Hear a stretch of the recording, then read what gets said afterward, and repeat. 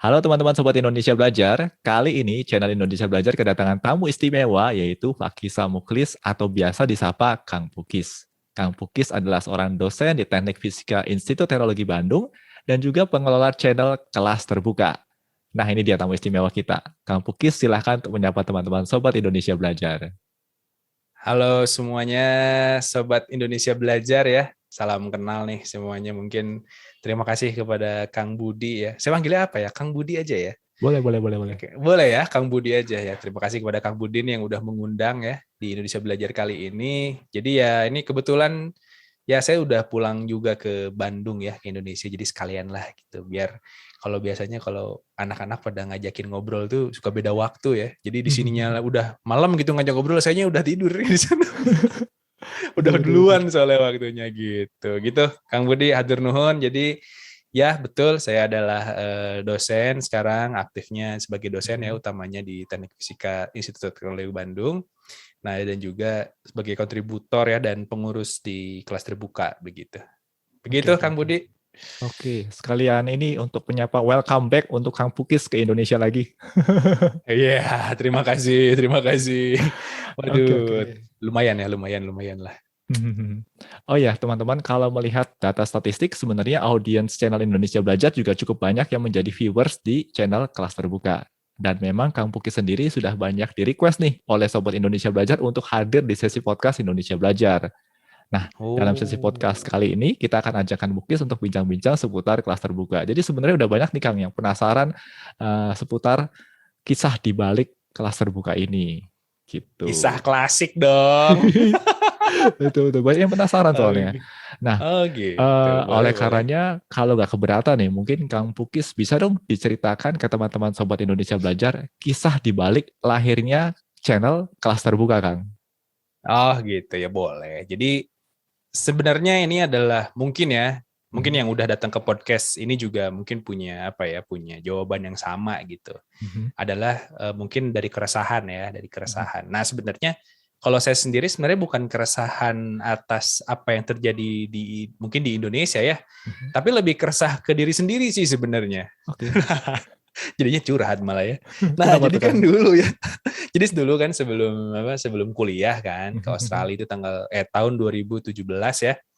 Jadi saya 2017 Januari itu ke Australia gitu. Nah, Oke. sebelumnya itu saya kan belum menjadi dosen ya. Dan saya itu posisinya sebagai asisten akademik ya. Kalau di ITB itu ada namanya asisten akademik dulu ya, sekarang Oke. udah nggak ada.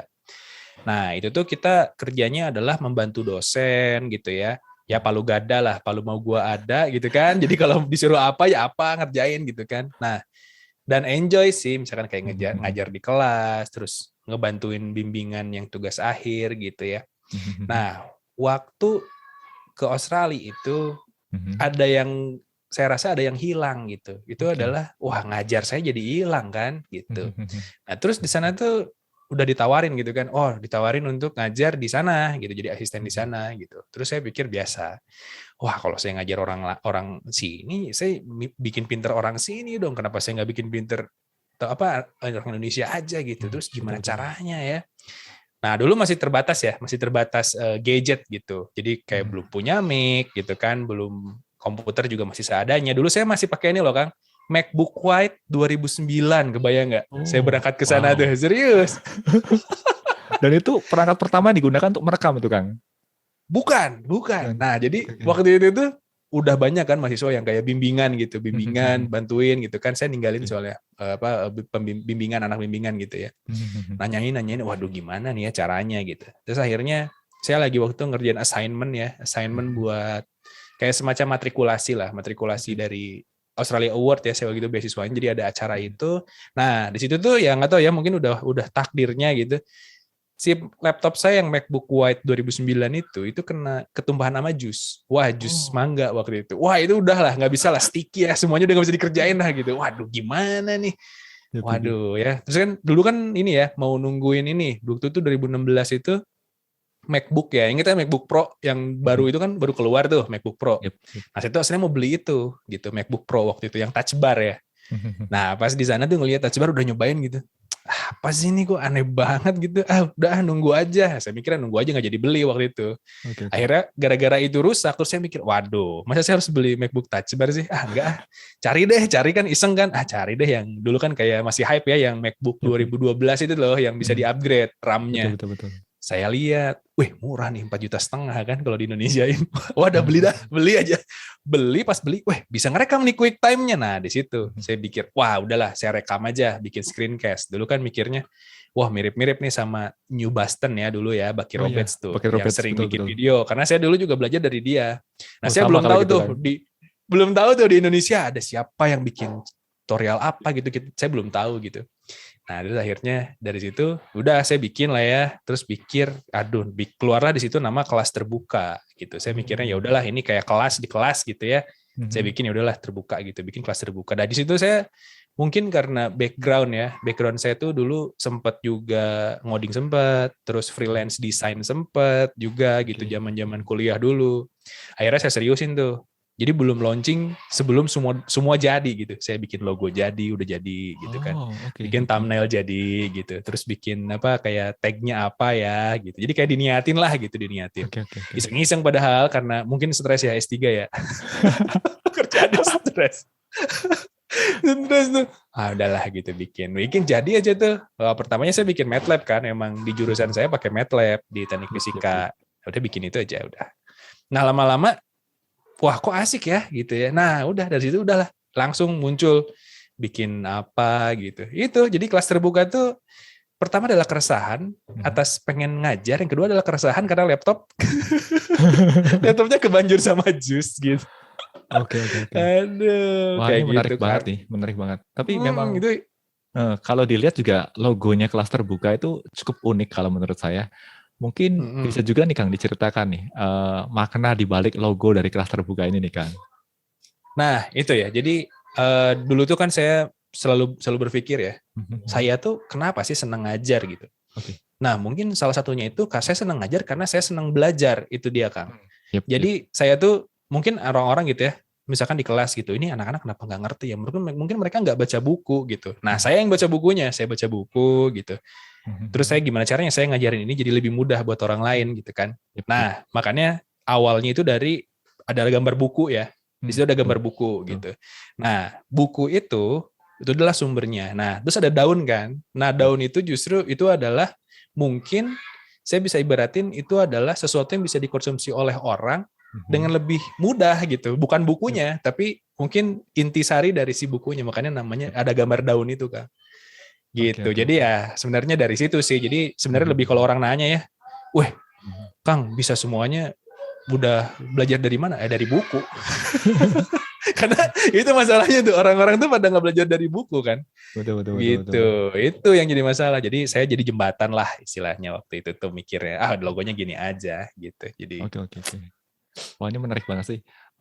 Logonya ini nampak banget sih dari awal kelas terbuka kalau saya amati ya. Memang sudah ada animasinya juga dan wow itu luar biasa banget lah kalau menurut saya. Dan memang nampak skill desain dari Kang Pukis ini dari logonya itu. Oke, ya ini juga suatu hal yang menarik ya Kang ya. Karena menurut saya salah satu kunci utama bagi seorang pendidik ya terutama sekali adalah untuk bisa menyampaikan suatu materi yang mungkin dirasa sulit ya bagi orang lain untuk belajar secara langsung, tetapi kita mencoba untuk mengemasnya dengan lebih mudah ya. Ini luar biasa banget kalau menurut saya. Oke. mungkin kalau saya boleh tambahin ya Kang ya. Gimana? Sebenarnya ya materinya di kelas terbuka itu susah loh. Yep. Beneran loh. Susah kan? Misalkan saya kayak ngebahas tentang deret gitu kan. Ada yang ngebahas tentang deret, Fibonacci. Susah loh sebenarnya. Yep. Tapi ya mungkin karena ya saya berusaha bikin enjoy aja sih. Biar anak-anak juga enjoy aja gitu. Walaupun susah ya. Saya juga mikir sih, kayaknya ini terlalu susah. Emang orang-orang pada makan ya ini materinya gitu. Tapi ya udahlah nggak apa-apa. Yang penting mah lengkap lah gitu nggak bahasnya. Betul. Gitu kan? Sok, mangga. Tapi cara penyampaiannya juga memang santai dan menurut saya ini yang bikin orang jadi apa ya? Jadi nggak stres ya, karena cara penyampaiannya juga santai dan rileks ya, dan saya rasa memang pembawaan Kang Pukis ini yang benar-benar bisa membantu orang untuk bisa menangkap materi yang sulit tadi jadi lebih rileks ya, lebih santai gitu, dan ini menarik banget menurut saya. Boleh. Boleh, Oke, boleh, oke, oke. boleh, boleh. Nah, channel kelas terbuka sekarang ini kan bisa dibilang sudah menjadi salah satu referensi nih bagi banyak pelajar dan juga mahasiswa di Indonesia dalam mempelajari programming. Kebetulan mahasiswa saya di kampus juga cukup banyak yang belajar programming dari channel kelas terbuka ini. Hmm. Pernah kebayang nggak sih Kang di awal dulu kalau kelas terbuka bakal jadi besar dan memiliki impact seperti sekarang ini Kang? Nah, itu. Jadi saya tuh dulu saya tuh sempat mikir gitu di awal tuh. Setelah beres MATLAB ya waktu itu dan beres Python nih. Python yang seri awal ya. Nah, dari itu saya mikir ya, wah, bentar nih. Saya masuk Python, saya masuk Django kan waktu itu. Yep, yep. Wah, ini orang-orang langsung pada ngegas aja gitu. Ini kan gimana Django, gini, bikin dong ini, versi udah naik nih. Wah, ini stres nih. Mikir-mikir ya. Terus mikir, wah bentar, kita coba lihat permasalahan dulu deh. Sekarang materi apa sih ya yang jadi bikin di Indonesia nih mungkin Yep. agak kurang up to date gitu. Nah, dari situ Kang, mikir, wah, kayaknya nih harus C++ sih. Dulu kan mikirnya ya. C++ sih, anak-anak kuliah belajar C++ gitu. Terus anak-anak SMK juga belajar C++. Wah, kayaknya C++ worth it sih. Nah, terus akhirnya karena waktu itu juga saya belajar ini ya, belajar Unity sama Tensor ya waktu dulu, waktu awal-awal PhD gitu. Akhirnya ya udah kita bikinlah C++. Terus akhirnya saya pakai buku Sakti tuh punyanya Bjarne Stroot, harus susah ngomongnya. Dia bapak C++ kan. Udahlah, saya cari bukunya, terus saya buka tuh, banyak nih materinya. Akhirnya, udah saya pakai ini aja, kita ajarin anak-anak gitu. Nah, saya bikin ya itu, C++ nggak ada yang nonton kan. Siapa yang menonton C++ waktu itu coba? Nggak ada yang nonton. Udah aja saya bikin gitu. Udah beres C++, bikin apa ya? Java deh yang banyak orang pakai gitu. Nah, sebenarnya dari awal itu saya hanya berpikir ini saya ingin bikin ya jadi kayak sebuah karya gitu, satu seri video yang lengkap waktu itu ya. Dan saya waktu itu nggak mikir itu tuh bakal banyak ditonton sama orang sih. Karena saya mikirnya ya ini siapa sih yang buka YouTube untuk belajar programming kan waktu itu ya. Terus akhirnya saya ya niatin aja gitu sampai berseri-seri gitu, banyak banget kan itu sampai 80-an tuh yang C++ itu. Dan ya sekarang somehow ternyata orang-orang ya itu karena mungkin saya ngejarnya di basic ya, belum masuk yang udah yang advance gitu. Jadinya lebih enak gitu untuk bisa menjangkau mungkin anak-anak yang sekarang baru masuk kuliah gitu, yang baru masuk SMK gitu ya. Sehingga nanti mungkin saya jadi mikir lagi nih, wah ini kayaknya saya harus, bukan harus sih, jadi kan demografinya ini dulu 2018 ya, 2017 tuh mulai itu. 2018 gitu. Mungkin sekarang berarti anak-anaknya yang SMK udah kuliah mungkin, atau udah kerja, yang kuliah udah pada lulus kan. Nah berarti mungkin ini yang subscriber dulu, yang pertama kali support saya gitu. Nah ini saya pengen bikin sih sesuatu yang mungkin yang advance-nya lah. Jadi ada dua topik ya, topik yang basic, topik yang advance gitu. Gitu sih sekarang Kang. Jadi kalau saya bisa bilang kayaknya sih dulu nggak ngebayangin sih kelas terbuka jadi kayak gini gitu. Karena dulu kan saat saya mulai itu saya lihat ya, wah ada Mas Hilman kan, Mas Hilman, wah ini udah gede banget gitu Mas Hilman. Terus ada Padika, wah Padika nih udah mantap gitu kan. Jadi dua itu kan yang saya kenal waktu itu gitu. Betul. Terus ya udah saya ngobrol-ngobrol lah sama mereka gimana sih cara bikin channel gitu, gimana sih gitu Kang. Jadi ya saya merasa alhamdulillah sih, saya bersyukur sih kalau misalkan kelas terbuka bisa berguna ya, bisa berguna gitu. Betul, berguna banget sih kalau menurut saya, termasuk untuk mahasiswa saya. Mahasiswa saya juga banyak yang belajar dari channel kelas terbuka dan mereka enjoy dengan pembawaan Kang Pukis gitu. Dan ya ini beneficial banget kalau menurut saya. Terutama sekali sekarang ini kan di masa pandemi ya, di mana pembelajaran juga semuanya dilangsungkan secara online dan ya akhirnya konten-konten yang dihadirkan juga jadi sangat-sangat membantu sekali. Gitu. Iya sih, benar sih. Saya ngerasain sih itu efek dari pandemi ya. Jadi spike-nya tuh ngerasain gitu. Oh tiba-tiba kok jadi rame banget gitu. Ini kenapa tiba-tiba gitu. Emang pandemi sih. Pandemi dan kelihatan Kang. Jadi saya kalau ngelihat ya di analitik saya gitu, kelihatan nih akhir semester naik, wow. Nanti udah kayak kemarin ya, udah akhir semester naik, tiba-tiba libur tahun baru turun tuh. Set. Betul, betul, Nah betul. nanti mau akhir semester lagi, sekarang udah Naik mulai lagi. nih kan semester naik lagi. Jadi wah anak-anak memang nih kalau lagi mau belajar aja dia baru nyari Betul, betul, materi betul. gitu. Betul, betul. Jadi ada momen-momen tancap gas berarti ya. Iya benar. Ada di slow dulu lah gitu. Ada Betul, yang betul, tancap betul. gas gitu. Oke, oke, oke. Nah, membangun channel pembelajaran berbahasa Indonesia itu kan tidaklah mudah ya, khususnya untuk channel pembelajaran ya.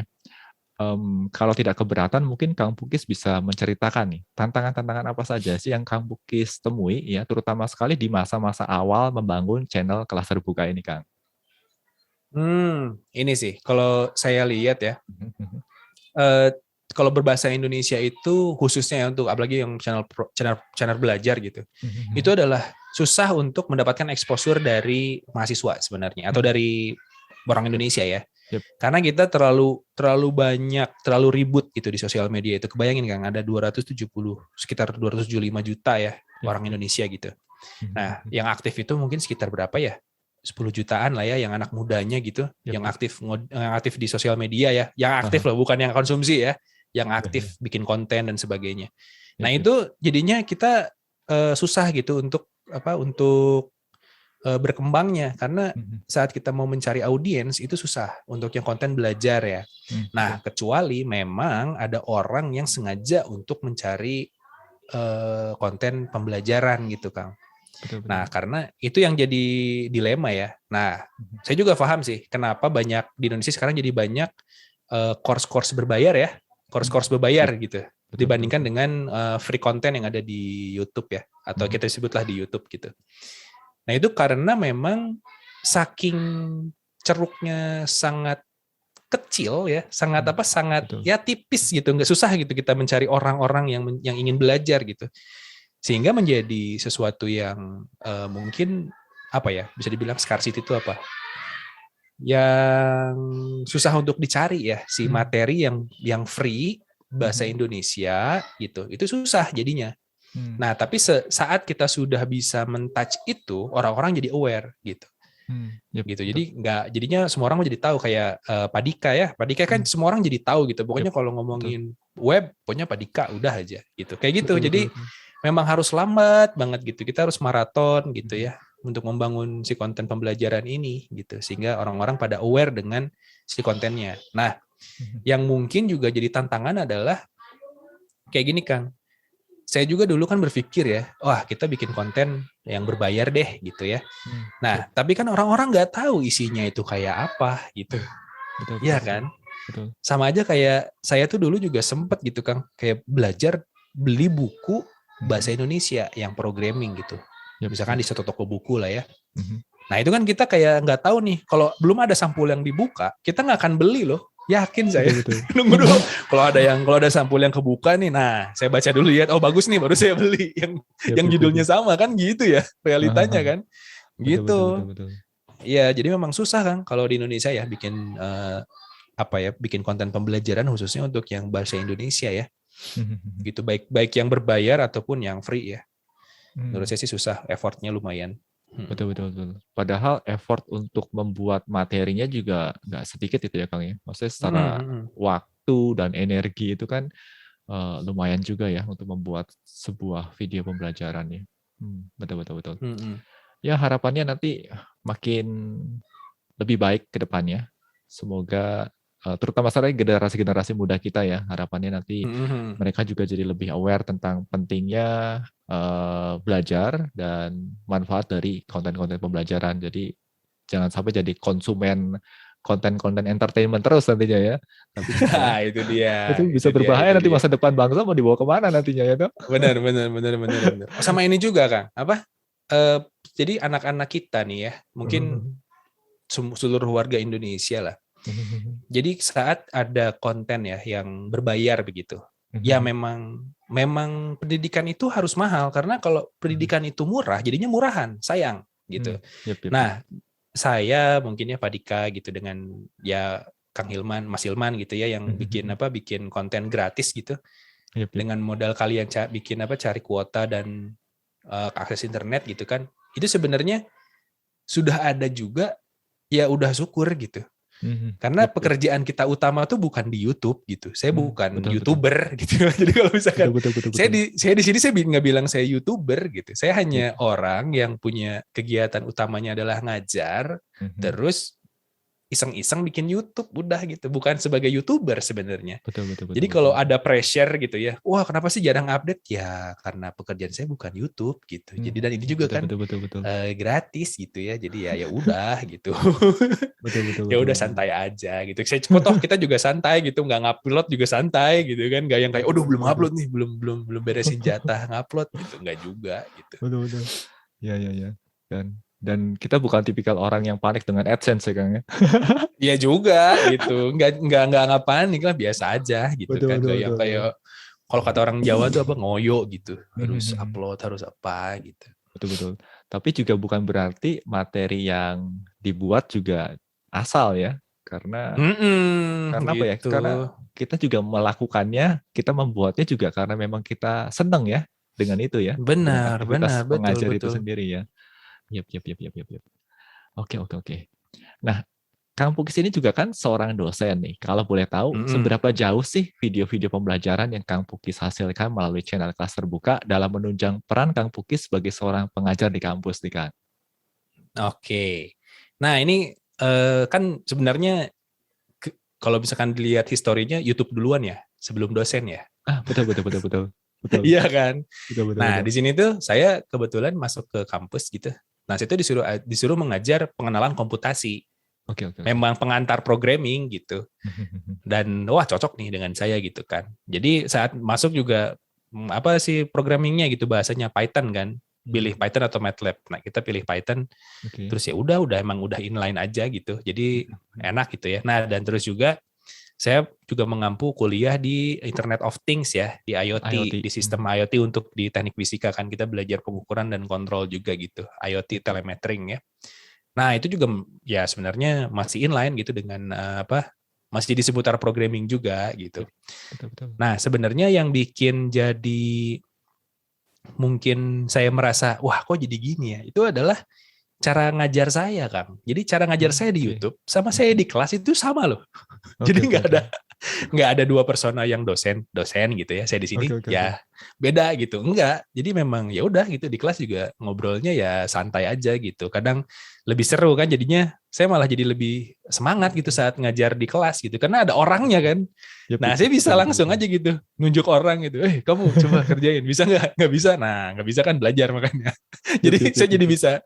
bisa nunjuk-nunjuk mahasiswa gitu ya. Jadi ya menurut saya oh iya ya. Jadinya memang lebih kerasa mungkin memang gaya ngajar saya seperti itu ya, itu mungkin. Tapi Yep, kalau yep, dari yep. materi sebenarnya ya mungkin karena saya alhamdulillahnya syukurnya itu karena saya di teknik fisika kan. Hmm. Mungkin beda ya kalau saya di jurusan lain ya. Di teknik fisika itu kan kita belajar semua tentang fisika ya, sainsnya. Terus juga kita belajar tools-tools teknik ya dari fisika itu, misalkan kayak kita belajar heat transfer, kita belajar fisika kuantum, belajar kontrol otomatik gitu. Terus belajar juga teknik akustik gitu ya. Nah, jadinya saya ke programming pun jadi lebih gampang gitu karena kita udah pernah belajar dulu tentang programming gitu dan penelitian saya juga banyak ngodingnya gitu. Jadi ya sebenarnya inline sih jadinya gitu. Betul, betul, betul, Inline betul. jadinya. Oke, oke, oke. Oh, ini menarik banget nih. Pernah nggak ada mahasiswa Kang Pukis yang apa ya, yang dulunya sudah pernah mengkonsumsi materi di channel kelas terbuka, terus ketemu Kang Pukis di kelas, jadi kaget tuh. Pernah nemuin kayak gitu nggak, Kang? Loh, ini ternyata ada. Loh, ini kelas terbuka bukan? Iya betul, saya di kelas terbuka gitu ya. Terus saya di kelas gitu kan, terus pas saya ngajar gitu, yang komputasi itu ya ngajar awal udah Oke, tentang oke. pendahuluan, terus tiba-tiba besoknya, wah Pak, Bapak punya YouTube? Iya saya punya YouTube. Oh Pak, saya belajar di sana. Ya udah kamu belajar di sana aja gitu kan, Betul, nggak betul, usah betul. belajar di kelas, udah ada semua materinya saya bilang. Belajar di sana aja gitu. Ya terus ada juga yang di kampus ya, kayak misalkan Kang saya lihat Akang gitu lagi jalan gitu. Waduh, kan mahasiswa kan ada yang kenal saya gitu kan. Betul, betul, betul, Ah ya betul. nggak apa-apa lah gitu. Kadang juga ada juga ini dosen ya. Aduh, Oke, itu oke. saya seru sih. Jadi pas kumpul kan semua dosen-dosen itu di tingkat pertama ya. Dosen-dosen pengenalan komputasi kan macam-macam tuh, ada beberapa jurusan gitu. Terus saya nangkring kan rapat pertama muncul Yap, gitu yap. on cam gitu. Terus ada yang tiba-tiba nge-DM saya, Kang, Kang saya tuh kalau ngajar dulu semester kemarin itu referensinya dari kelas terbuka. Wah, dosennya ada yang tahu saya. Iya, ya nggak apa-apa. Lanjutkan. Terus saya malah bilang, oh tolong bimbing saya dosen baru di sini. Saya bilang, wah mana Kang, saya yang harusnya dibimbing kalau programming ini. Lucu Yap, yap, banget yap. gitu. Iya, iya, Gitu. iya. Tapi ya itulah sedikit apa ya, mungkin star syndrome ya, star syndrome. Yap, yap, yap, yap. Ada aja lucu banget itu. Betul, betul. Tapi ini memang pengalaman yang sangat menarik sekali ya, Kang ya. Ini very, very interesting experience kalau menurut saya. Oke, nah kelas terbuka sendiri ini kan kalau saya amati udah berjalan lebih dari 4 tahun nih, Kang. Mungkin Mm-mm. bisa diceritakan nih suka dukanya dalam mengelola channel kelas terbuka ini nih, Kang. Kalau sukanya ya sebenarnya saya setiap bikin materi itu sangat senang ya, Mhm. happy gitu, enjoy gitu. Yep. Karena kalau dulu kan saya kan kegiatan hanya S3 ya, S3 Mhm. terus udah nggak ada kegiatan lain gitu dulu. Oke, oke. Nah akhirnya saya melampiaskan refreshing saya itu antara nonton gitu ya, Mhm. sepedahan atau bikin ini kelas terbuka gitu, Oke, bikin oke. materi gitu. Jadi memang seru gitu bikin Mhm. materi gitu ya. Terus upload terus ngeliat orang-orang komennya lucu-lucu gitu kan. Oh, udah seneng gitu. Nah, cuman ada dukanya gitu. Oke, oke. Nah, si dukanya ini sebenarnya lebih ke mungkin ada orang yang ngebajak ya. Itu yang saya Oh, duka banget sih. Jadi oke, ada oke, oke. orang yang download terus re-upload gitu. Karena Hmm. sekarang kan di YouTube udah bisa ya kita lihat mana Deteksi. yang deteksi gitu copyrightnya gitu. Nah, saya mikir, oh ini kok ada ya orang yang gini ya gitu. Maksudnya kayak wah ini udah free gitu kan. Kok ada orang yang nyatut-nyatut aja gitu. Nah, itu yang saya Betul, mikir, loh ini kan konten pendidikan lah ya. betul, Bukan betul. konten apa gitu. Oh, main dicatut aja gitu. Nah, itu saya agak kesel waktu itu. Kayak waduh ini terus gimana? Apa saya harus ngecek satu-satu? Itu saya sampai ada kan kayak tiap hari itu saya ngecek gitu ya keywordnya, ngecek muncul nih. Oke, oke, oke. Saya scroll page 2 ada nih yang ngambil. Saya dulu kan manual ya dulu, nggak kayak sekarang kan udah kedetek semua. Betul, betul. Namun itu dukanya. Oke, oke, Itu oke. duka yang saya rasakan kayak akhirnya capek juga gitu, capek sampai Hmm. satu titik yang kayak ya udahlah gitu saya nggak mau ngurusin lagi deh masalah orang mau re-upload apa enggak gitu ya. Taunya Oke, YouTube oke. malah ngeluarin kan algoritma biar ngedeteksi Hmm. re-uploader gitu. Betul, Ya betul, udah betul. dari situ saya kayak oh ada nih ternyata gitu. Pas lihat oh banyak saya take down aja tuh satu. Iya, Gitu. iya, iya. Sama satu lagi sebenarnya ada sukanya ada dukanya juga sih. Sebenarnya lebih ke ironis ya. Apa Itu tuh? ironis itu ini apa kayak orang yang mungkin videonya itu dikonsumsinya di download Kang, di Oke, oke. download terus di sharing ke teman-temannya gitu. Nah Oh, itu kan oke, saya oke, oke. mikirnya mungkin karena saya lagi aware-nya masalah dulu kan ini ya plagiarisme ya Yap, atau yap. apa hak cipta gitu dulu Mhm. waktu awal-awal PhD itu Yap. karena ditekankan sekali gitu masalah hak cipta, Betul. masalah paten dan sebagainya gitu ya. Saya mikir wah kok orang Indonesia kayak gini juga ya di download terus di sharing ke teman-temannya gitu terus nanti ya terus apa ya ngomongnya tuh gampang aja gitu kayak bang izin download bang gitu lah enggak saya nggak ngizinin gitu. Iya, Nah itu iya, iya. udah di YouTube gratis orang bisa ngambil Yap. gitu ya. Dan dulu belum ada AdSense Kang. Dulu nggak pakai AdSense awal-awal itu, tapi tetap orang download juga gitu.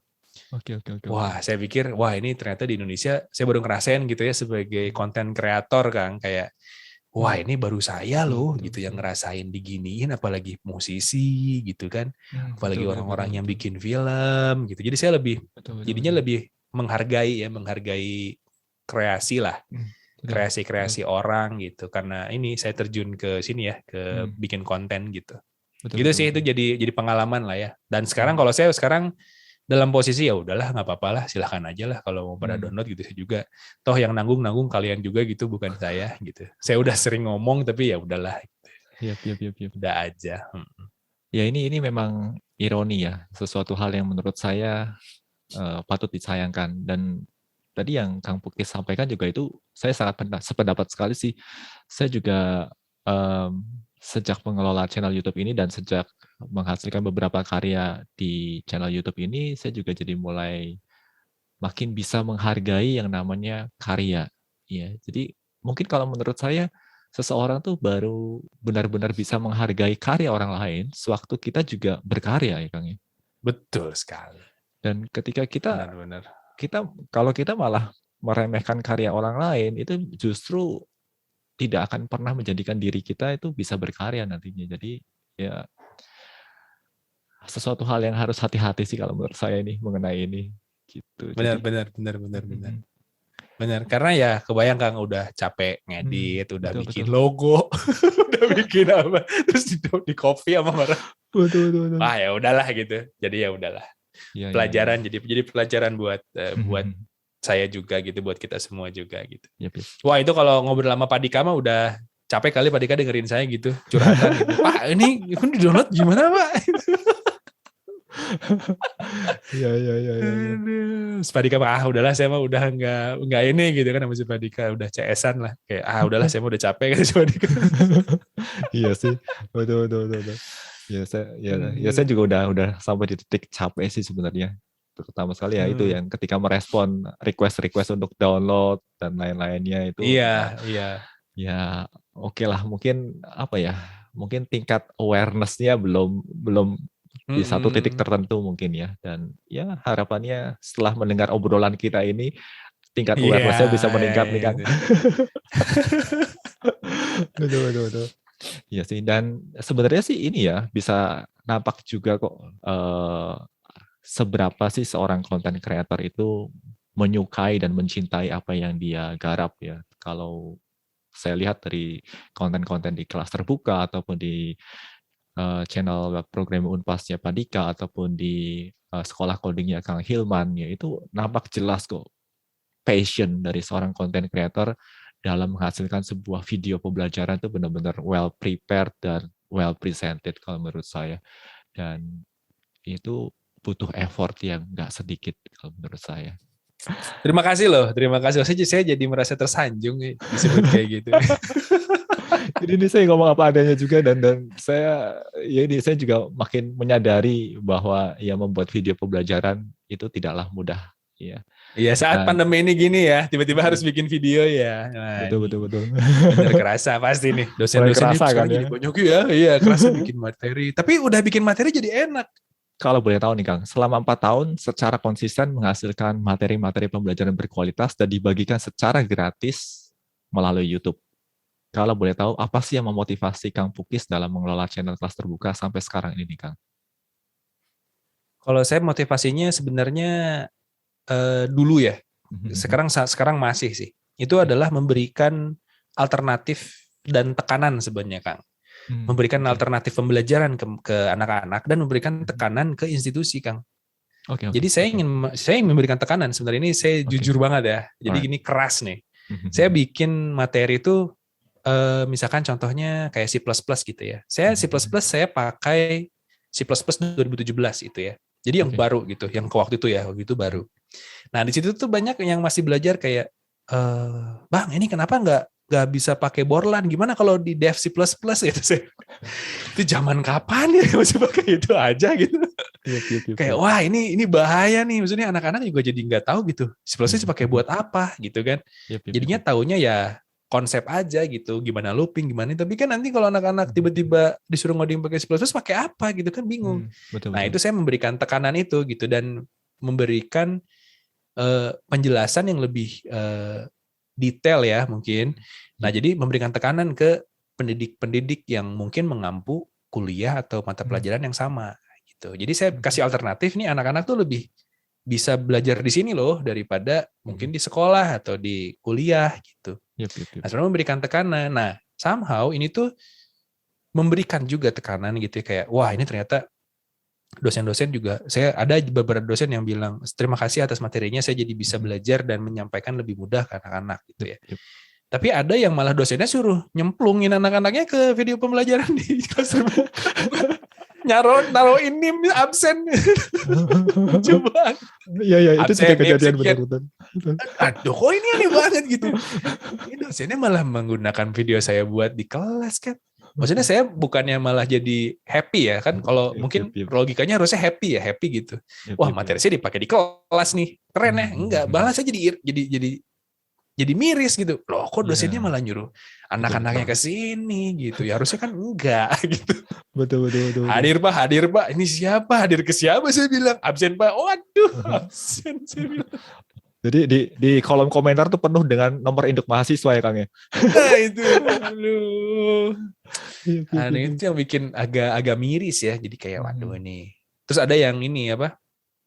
Ada satu pelatihan gitu ya, yang pakai video saya gitu untuk untuk di kelas gitu kan. Ya walaupun buka YouTube ya dipakai gitu, ya nggak apa-apa sih, silahkan aja pakai gitu.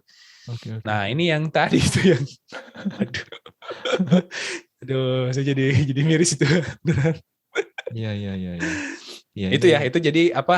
Kalau sekarang ya bukan ambisi. Tadi apa sih pertanyaannya itu tentang motivasinya ya? Motivasinya adalah itu. Itu motivasi pertama. Nah, motivasi yang kedua adalah mengelola channel ini tuh saya jadi berusaha untuk belajar lagi, Kang. Gitu. Yep. Jadi saya belajar lagi. Jadi sebelum jadi teman-teman semua jangan kira saya ngajar itu tiba-tiba aja bikin video, enggak. Saya itu harus baca dulu gitu ya. Mekanismenya gimana gitu. Sehingga yang saya sampaikan di video itu menjadi mudah untuk dicerna gitu. Betul. Kebayang kan? Jadi kayak enggak kayak saya bilang, "Oh, menurut saya konsep kelas adalah seperti ini," gitu ya. Enggak gitu. Jadi saya coba bikin ramu gimana caranya biar mudah untuk disampaikan. Betul. Nah, itu yang menjadi motivasi saya karena jadinya saya jadi harus belajar belajar lagi gitu ya. Nah, itu motivasinya. Dan yang terakhir sih sebenarnya memberikan ke masyarakat ke anak-anak tuh ini loh ada konten nih ya, bukan cuma konten entertainment gitu, ada konten belajar gitu kalau kalian memang mau belajar gitu kan. Jadi itu balik ke yang tadi ya, yang alternatif gitu, memberikan alternatif media belajar gitu. Dan kenapa di kelas terbuka ada itu jadinya saya bikin kelas terbuka itu memang kanal yang tidak berbayar, Kang, karena memang udah kelas terbuka aja gitu. Nah, kalau misalkan nanti ternyata ada kelas-kelas lain yang berbayar dan mungkin saya ngajar di situ, yang saya nggak akan bawa kelas terbuka gitu. Jadi kelas terbuka akan tetap kelas terbuka. Jadi nanti kalau misalkan nih tiba-tiba ya saya nggak bikin seri tentang machine learning misalkan di kelas terbuka gitu. Ya udah gitu, yang lain yang berbayar jangan ini kelas terbuka yang gini masa digratisin sih gitu kan. Ya udah kan namanya juga kelas terbuka gitu. Betul. Ya udah silakan bikin lagi yang lebih bagus gitu misalkan gitu ya. Gitu. Jadi ya udahlah gitu. Emang channel ini memang harus terbuka gitu, nggak bisa saya tutup-tutupin jadi kelas tertutup kan. Karena saya nggak ada niat loh kan. Saya nggak ada niat untuk bikin kelas offline ya, untuk kelas terbuka tuh nggak ada niat. Mungkin kalau bikin pun nama lain gitu, bukan kelas terbuka namanya. Betul. Oke. Ini menarik sebenarnya kelas terbuka. Saya cukup happy ya dengan adanya Kang Pukis, adanya Pak Dika, adanya Kang Hilman ya. Karena menurut saya salah satu kunci dari seorang pengajar programming adalah dia harus punya kecintaan terlebih dahulu terhadap programming. Ketika seorang pengajar programming dia tidak memiliki kecintaan terhadap programming dan dia harus mengajar programming, wow itu kebayang ya.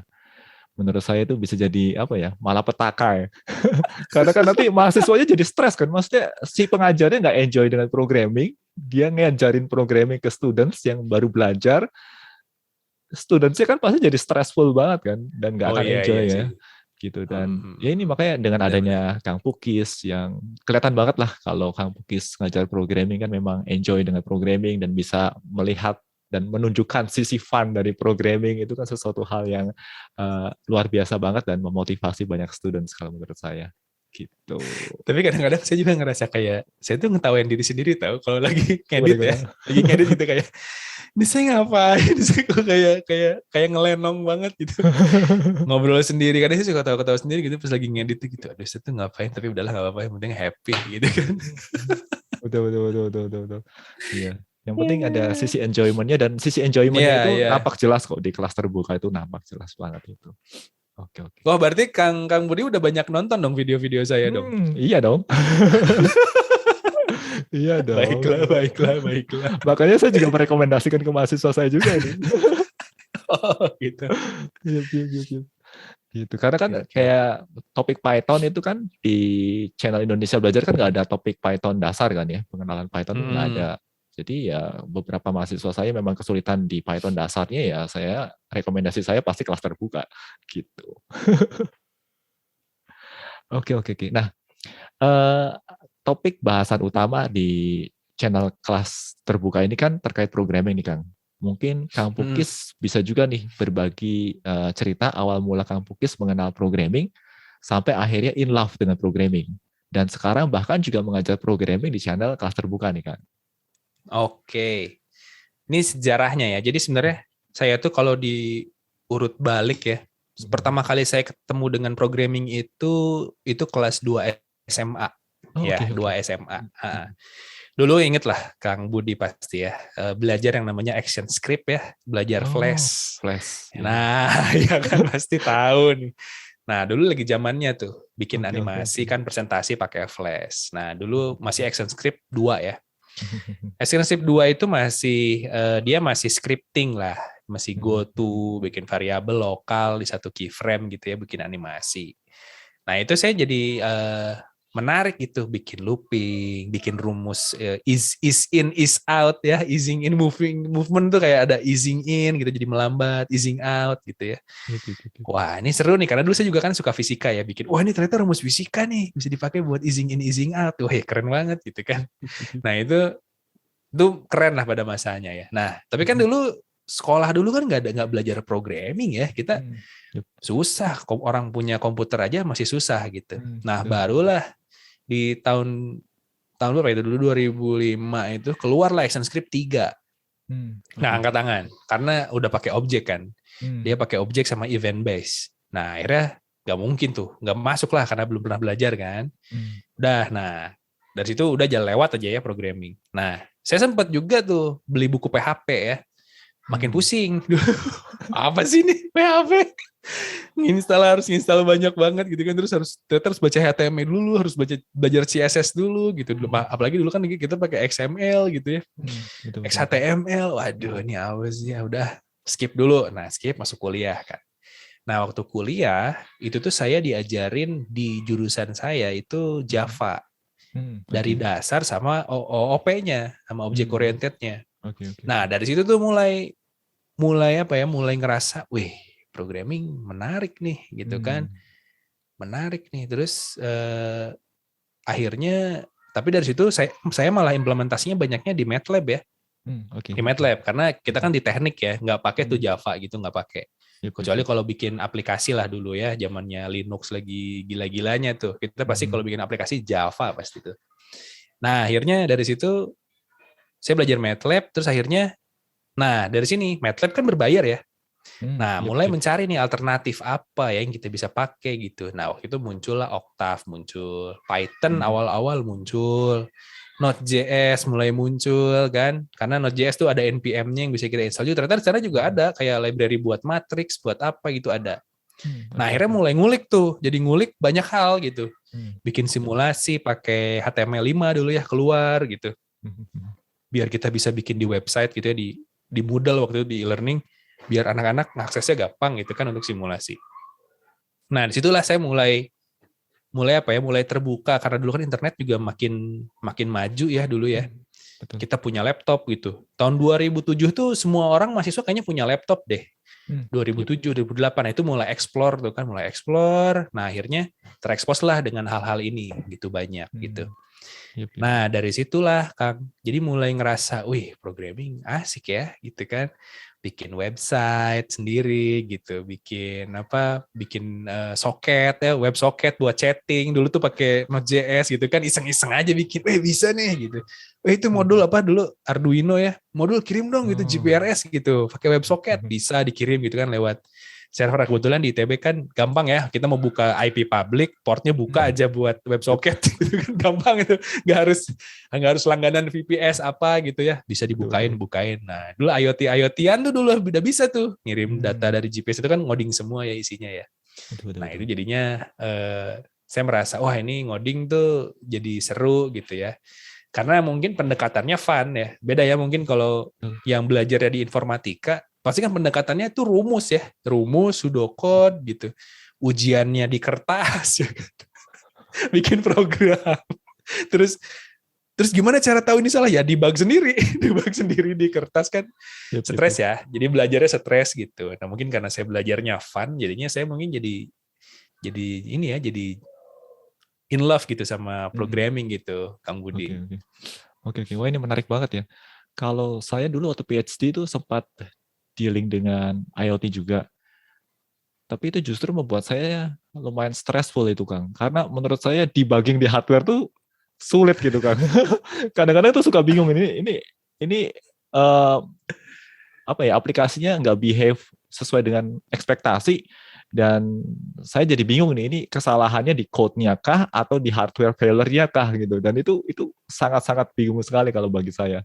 Gitu. Itu extra work kalau menurut saya. Benar. Kadang-kadang apalagi kalau kita udah ngebahas ini ya, manipulasi bit ya. Nah, itu udah susah tuh kalau misalkan di microcontroller ya, kita memanipulasi bit, terus kita mau bikin misalkan sebuah string gitu ya, data string gitu yang kita pengen pakai, terus ternyata si alatnya nggak bisa, memorinya nggak bisa banyak-banyak gitu. Kita pakai string kan habis gitu ya. Terus iseng-iseng bikin pakai kelas gitu. Man, jangan dulu pakai kelas, nggak akan masuk gitu memorinya gitu. Ya kan, gitu tuh yang bikin mungkin secara hardware ya, itu ramai juga kan, seru kan itu kalau ngurusin itu tuh hardware gitu.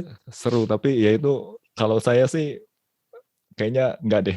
Karena saya juga pernah punya pengalaman buruk nih terkait ini ya, komunikasi bit stream ya.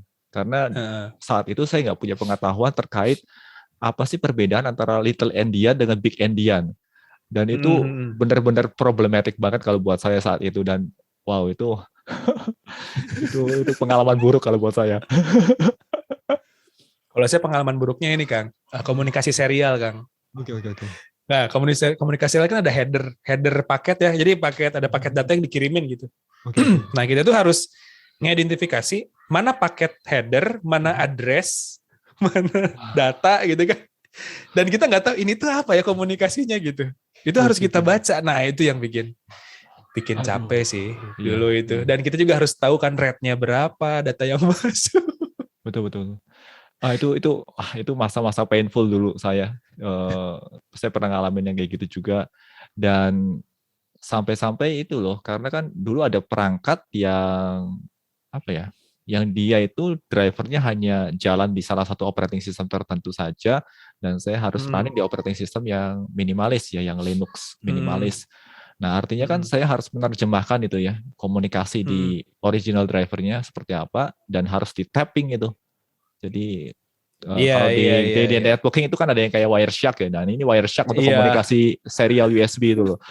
Ya ampun, itu saya harus nulisin heksanya itu loh, terus harus di-matchkan dengan dokumentasinya kan beda ya kan. Maksudnya kalau dokumentasi programming kan enak ya, itu kan masih human readable ya. Ini dokumentasi benar. Serial communication itu kan ya heksa kan ya. Iya benar. Terus kadang-kadang yang bikin kalau misalkan itu kan misalkan serial yang umum ya, misalkan pakai RS485 terus Modbus gitu ya, misalkan gitu. Protokolnya Modbus itu kan udah ada ya. Nah, yang saya kesel tuh tiap hardware tuh dia punya ini sendiri, punya komunikasi sendiri. Ini kamu maunya apa sih? Bikin komunikasi sendiri bikin susah. Udah lah pakai yang umum aja. Nah itu sih rame sih. Nah ini sebenarnya saya tuh pengen ngebahas ini Kang. Jadi yang kayak hardware gitu ya. Saya tuh pengen ngajarin di kelas terbuka tuh gitu. Ini loh saya liatin ya. Oke. Tuh saya tuh ini udah nih kalau ada videonya ini tuh sini Raspberry. Oke. Ini ESP32 nih.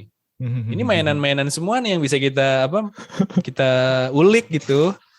Nah pengen tuh saya tuh pengen bikin lah serinya sebenarnya ini yang kayak gini-gini nih. Oke, oke, Karena oke, oke. nggak tahu ya, saya ngerasa Mhm. mungkin Indonesia nih, kita oke lah kalau dari segi framework ya, ya udahlah gitu. Kita mah susah ya kalau mau ngebangun framework apa gitu ya.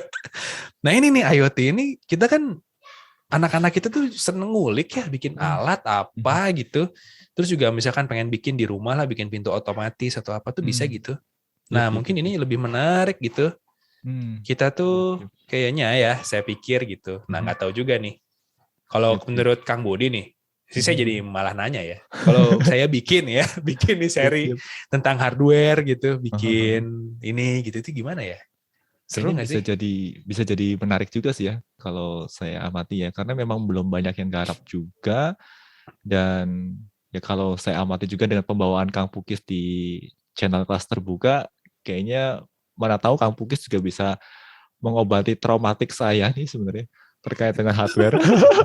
Who knows loh ya, mana tahu loh. Gitu karena Iya, kalau iya, dulu iya, sih iya. dulu andalan saya tuh saya pakai Ledato Nanos G20 dulu dan juga Mhm. BeagleBone. Jadi itu dua itu Mhm. andalan saya dulu itu. Tapi ya itu banyak pengalaman-pengalaman buruk juga ya karena ya lebih kurang sih di masalah debugging ya karena benar-benar kesulitan Mhm. banget untuk mengidentifikasi masalahnya itu di hardware-nya kah atau di software-nya gitu. Benar, benar, benar, benar, Jadi kalau benar. kelas terbuka mau menggarap IoT ini mungkin ya saya looking forward nih mana tahu bisa mengobati traumatic experience saya nih. Seru nih kayaknya Seru, nih. seru, seru, seru banget, seru banget. Seru Oke, banget, oke, seru oke. banget. Lanjut ya, lanjut ya. Nah, Boleh, boleh, boleh, boleh. kalau berdasarkan pengalaman Kang Pukis nih dalam mengajar programming, kalau boleh diceritakan, kesalahan-kesalahan apa aja sih yang umum dilakukan oleh seseorang yang baru mulai belajar programming, dan mungkin Kang Pukis bisa sekalian berbagi saran nih, Kang. Oke. eh Mungkin yang pertama ya, yang menjadi kesalahan itu adalah kita tuh belajar bahasanya. Itu yang jadi trap ya, jadi nge-trap orang-orang yang belajar programming gitu. Jadi Yep, kita yep, belajar bahasanya tapi bukan belajar mekanisme dari tentang pemrogramannya gitu ya, tentang yep, mau apa pola berpikir gitu.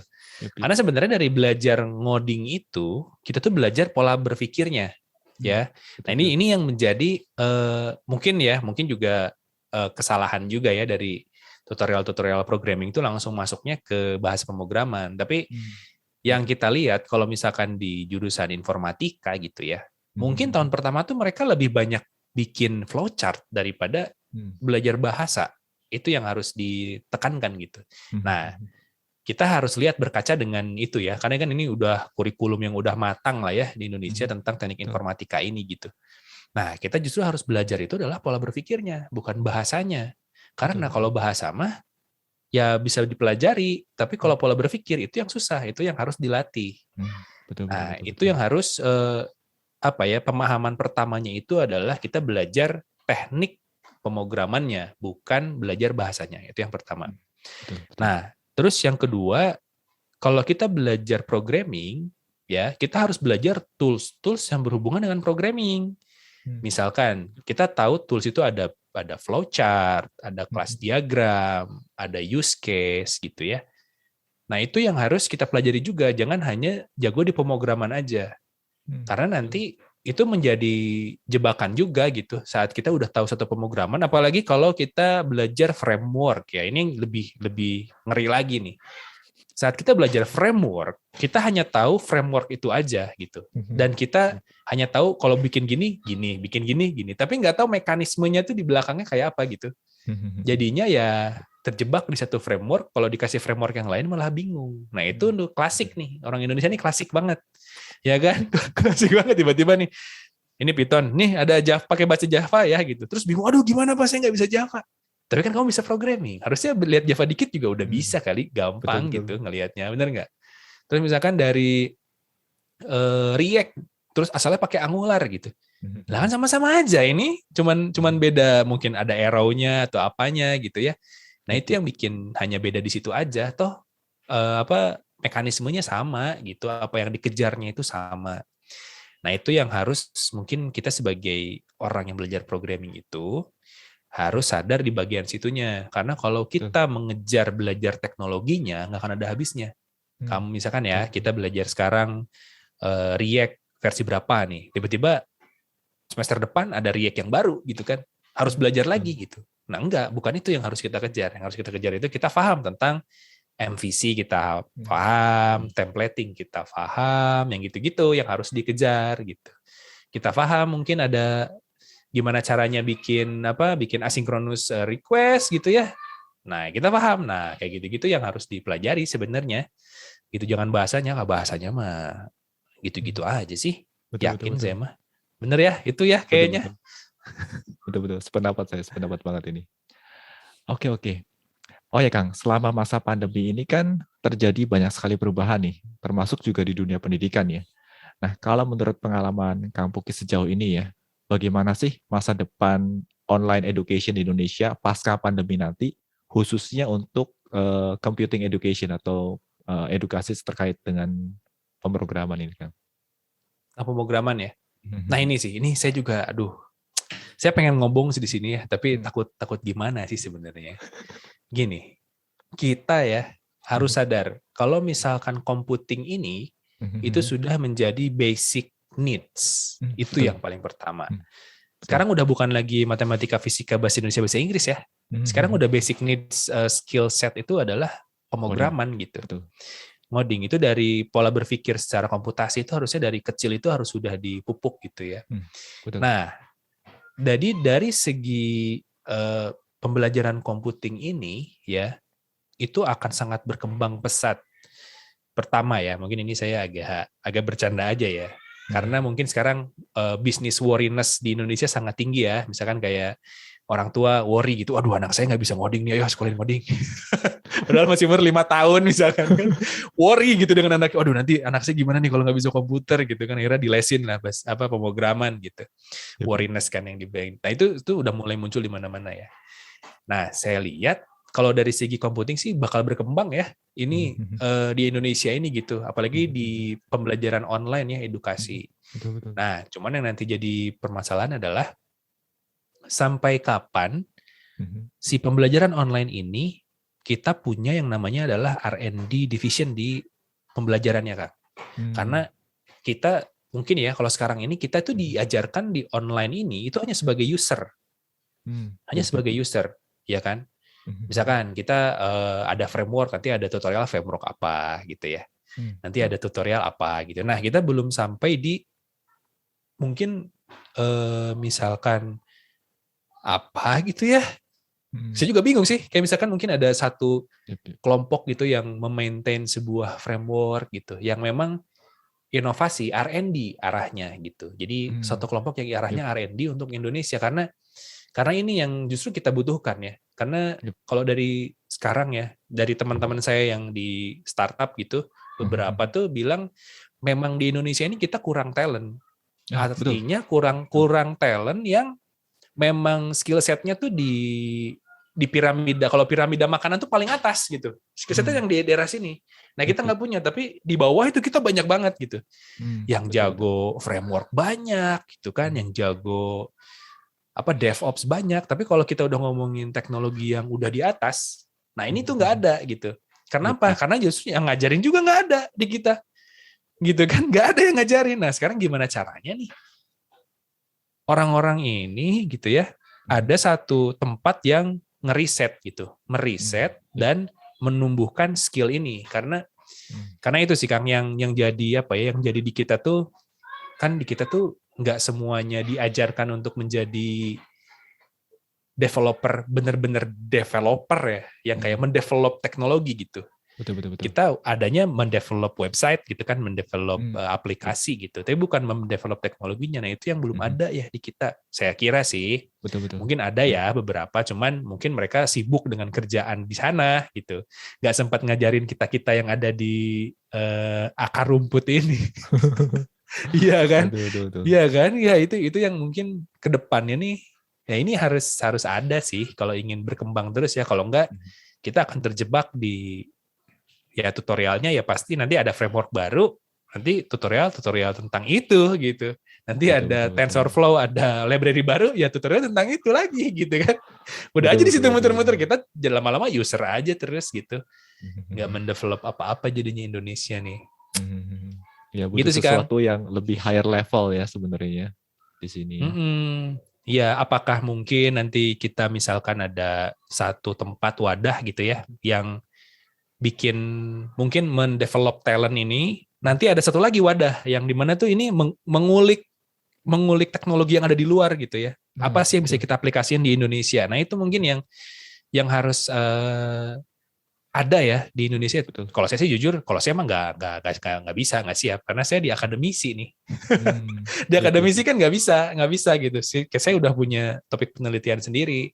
Nah Yep, ini yep, yep, yep. harus ada mungkin ya gerakan gitu untuk mengumpulkan orang-orang yang kerjaannya adalah meriset teknologi apa gitu ya, yang mungkin lagi mendevelop apa gitu. Misalkan Facebook lagi mendevelop apa, terus masuk ke situ gitu ya, ikutin reponya. Karena sekarang kalau kita lihat di GitHub itu open repo kayak di Microsoft itu banyak loh yang kita ini apa ya Betul, gitu. betul, betul.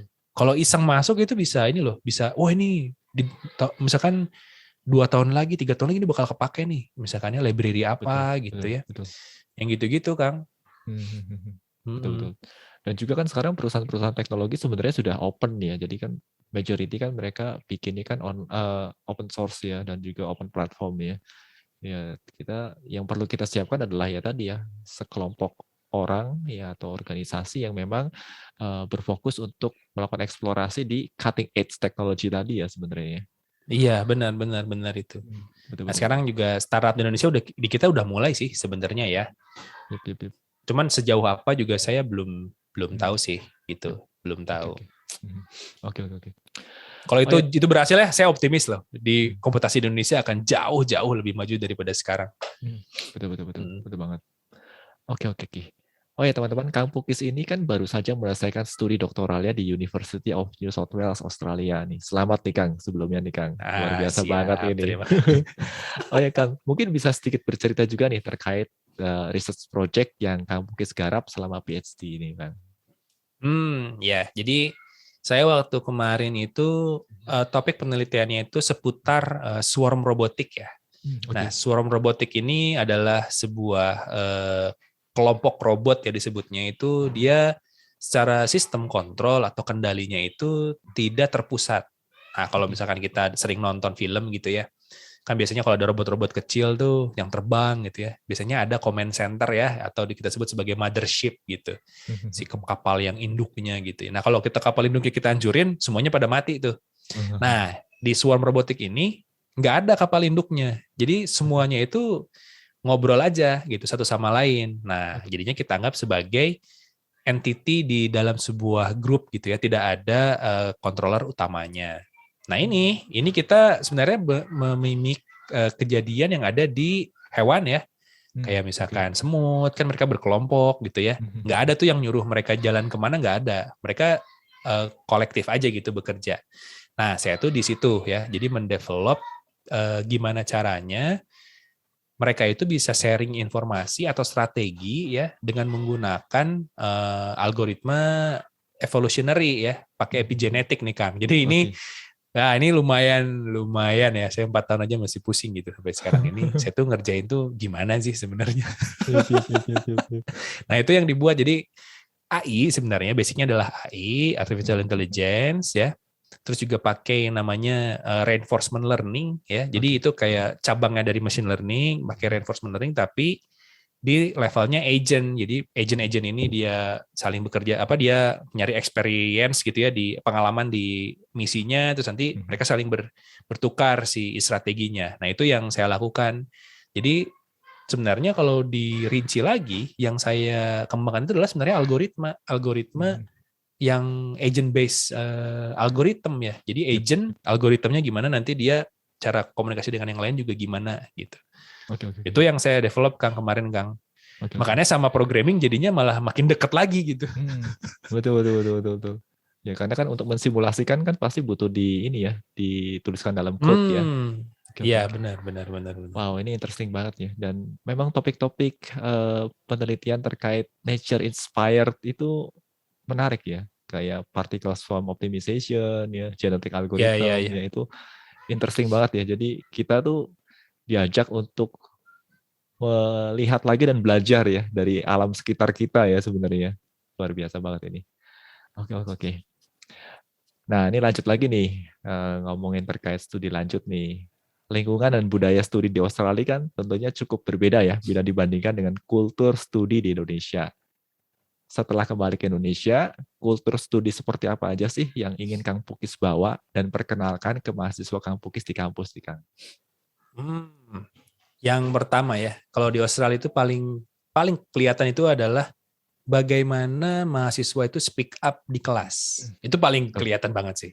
betul. Kita tuh kalau ngomong itu ya udah. Mhm. Jadi misalkan nih saya ke Kang Budi ngomongin ide saya gitu ya. Yep. Kang Budi akan respect dengan ide saya gitu. Mhm. Walaupun menurut Kang Budi itu tuh ridiculous gitu. Itu aneh banget sih idenya gitu. Tapi nggak jadi ya udah itu urusan kamu gitu. Ya udah Mhm. keren-keren gitu. Urusan kamu aja gitu kerjain gitu kan. Kalau misalkan di sana itu gitu. Nah, Yep, saya tuh yep, yep. pengen budaya itu ada gitu ya. Nah, Mhm. terus juga budaya 9 to 5 Kang. Yang di Indonesia ya, yang kita tuh kadang-kadang mahasiswa itu apa ya, nggak aware dengan 9 to 5 gitu. Pertama ya, saya tuh di sana saya jam 5 tuh orang pulang gitu. Beda ya Betul. mungkin kalau misalkan yang kuliah di Jepang gitu ya, di Oh Korea beda ya, kali. beda kultur Nah, ini. karena beda kultur. Saya di Australia itu udah 9 to 5 gitu. Jadi Mhm. saat 9 to 5 dan sampai makan siang ya, itu tuh adalah Mhm. full di kampus gitu. Semua orang tuh Mhm. full di kampus. Yep, Saat yep. udah pulang, udah kita semua istirahat gitu. Pulang tuh istirahat, nggak Betul, usah betul. ngobrolin yang lain gitu. Nah itu yang Mhm. bikin saya jadi bisa lebih produktif Kang. Jadi misalkan Betul, betul, betul. saya pulang, nah disitulah saya bikin kelas terbuka kan. Jadi Mhm. emang udah istirahat gitu. Hitungannya istirahat, refreshing lah gitu ya. Yep, Nah yep. itu yang pengen saya tekanin sih. Saya beberapa kali bilang ke mahasiswa gitu ya. Kalian itu kalau misalkan di kuliah, itu tuh kuliah. Jangan tidur, saya bilang. Atau jangan main. Nanti saat waktunya tidur, kalian malah kuliah. Belajar sampai malam, itu kan waktunya tidur ya. Betul, Tapi betul, kalian betul, malah betul. belajar gitu. Ya, ya, Tapi ya, ya. Pak, kalau ngerjain tugas gimana ya? Ngerjain tugas di 9 to 5 gitu, saya Mhm. bilang. Kamu Mhm. SKS berapa sih? Gitu kan, misalkan maksimal 20. Itu kan dari Senin sampai Jumat, hitung Mhm. 8 jam, itu udah 40 jam. Yep, yep. Kamu tuh punya spare 20 jam kosong, di situ bisa ngerjain tugas, bisa apa gitu ya. Nah, itu Mhm. bisa jadi lebih balance gitu hidupnya gitu. Saya rasa Betul. itu kerasa banget gitu saat saya di sana. Ya udah 9 to 5, anak-anak tuh kayak bahkan ya anak-anak yang mungkin bandel gitu, saya lihat ini anak bandel banget gitu kan. Mhm. Biasalah kalau di sana kan ada anak bertato gitu, rambutnya gimana gitu kan, kayak wah ini anaknya urakan banget gitu, rambut sobek-sobek gitu baju, tapi dia ke perpus Iya, betul, betul, betul, betul. buat belajar gitu kan. Ya gitu, itu bedanya gitu. Di kita mah anak yang malas ya udah malas aja. Enggak. Di sana tuh Mhm. yang malas pun belajar gitu. Yep, Nah, yep, itu yep, yep. yang bikin beda ya, itu 9 to 5. Jadi saya selalu nitip sih itu ke anak-anak tuh pokoknya 9 to 5.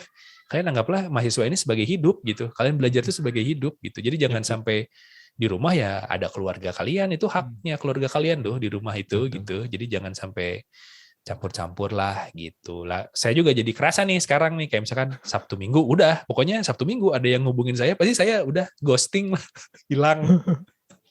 Yep, Kayak yep, sekarang yep, ini yep. kalau ada yang WhatsApp sebenarnya nggak dibalas karena udah bukan jam kerja gitu. Udah saya lupain aja gitu. Ya itu sih itu yang mungkin beda ya. Nah, ada yang menarik lagi Kang. Itu adalah ini eh, shut up and write ya. Itu budaya yang menarik sih. Jadi di sana tuh ada satu kegiatan ya namanya shut up and write. Jadi di kafe semua kumpul diem dalam sejam nulis. Oh Menulis ya. apapun yang butuh dituliskan. Nah, karena memang di Indonesia ini kita kesulitan untuk menulis gitu. Yep, yep, yep. Iya, udah bikin project keren-keren, nulisnya susah gitu kan. Nah, itu yang harus di ini sih, harus di apa?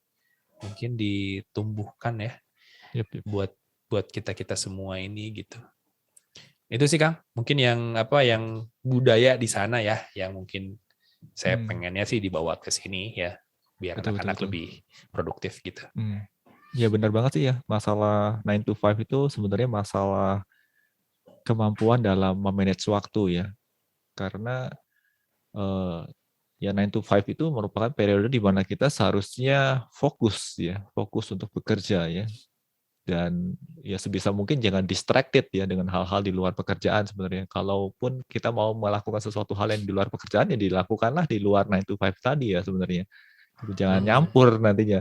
Kalau nyampur nanti di malam hari juga jadi kerja. Benar, benar. Betul. Iya sih, dan nggak punya work life balance sih. Betul betul betul. Iya, dan juga menulis itu juga sesuatu hal yang menarik ya, dan karena sebenarnya dengan menulis, bahkan dengan menuliskan apa yang sedang kita pikirkan pun itu cukup membantu kita ya, karena kan itu salah satu metode untuk kontemplatif ya, dan merefleksikan pemikiran kita ya sebenarnya. Betul betul betul. Ya ini interesting banget nih.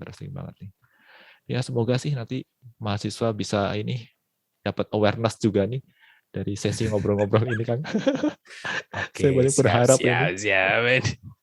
Amin. Oke. Wah, ini menarik banget nih bincang-bincang kita kali ini. Untuk Kang Pukis, mungkin kalau ada closing statement nih yang mau disampaikan ke teman-teman Sobat Indonesia Wah, Belajar. udah beres nih. Silakan. Udah beres ini. Udah beres. Ini. Wah, Betul. nggak Closing kerasa statement nih, ya. ini. Closing statement ya. Aduh, closing statement dari saya sih ini ya. Kita itu manusia ini nggak pernah luput dari yang namanya belajar ya. Karena kan setiap hari itu kita adalah sebenarnya kalau misalkan jadi guru gitu ya, pasti ada kesalahan karena memang masih belajar jadi guru gitu.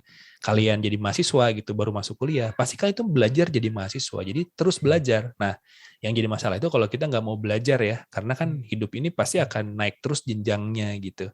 Nah, jadi itu harus tetap belajar dan harus aware gitu bahwa kita tuh memang harus tetap perlu belajar. Nah, ini yang justru yang harus kita bawa terus biar ya kamu atau kita semua itu bisa bertumbuh ya itu yang paling penting. Yang kedua, keluarga kita pun bisa bertumbuh, nanti society kita bisa bertumbuh, negara kita bisa bertumbuh gitu. Jadi kalau misalkan kalian pikir nanti kalau sudah beres kuliah udah stop belajar, enggak gitu ya, akan terus belajar. Jadi mungkin closing statement saya dari saya adalah itu ya, jadi tetap belajar apapun yang terjadi di kehidupan kalian, tetaplah belajar dan jangan capek belajar ya, karena memang itu adalah tugas kita di dunia sih, menurut saya adalah belajar gitu untuk menjadi lebih baik ya.